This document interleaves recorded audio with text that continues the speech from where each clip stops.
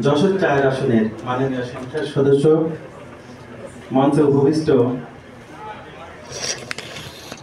আমরা যে যশোরের অভয়নগর সমিতি যে করতে যাচ্ছি তার আহ্বায়ক, উপস্থিত সচিব মহোদয়, ব্রিগেডিয়ার জেনারেল এবং আমার সহকর্মীবৃন্দ এবং উপস্থিত যারা আমার সামনে আছেন, আসসালামু আলাইকুম।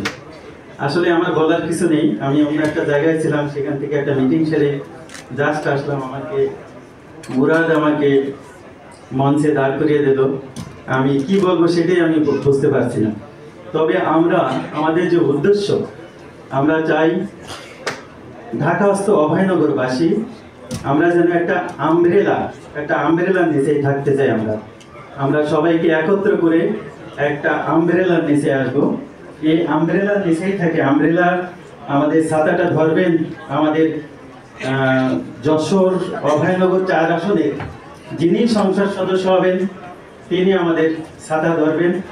আমরা তার সহযোগী হিসেবে কাজ করব। আমরা শুধুমাত্র ঢাকাস্থ অভয়নগরবাসীর জন্য না, আমরা শুধু অভয়নগরবাসীর জন্য আমরা কাজ করতে চাই।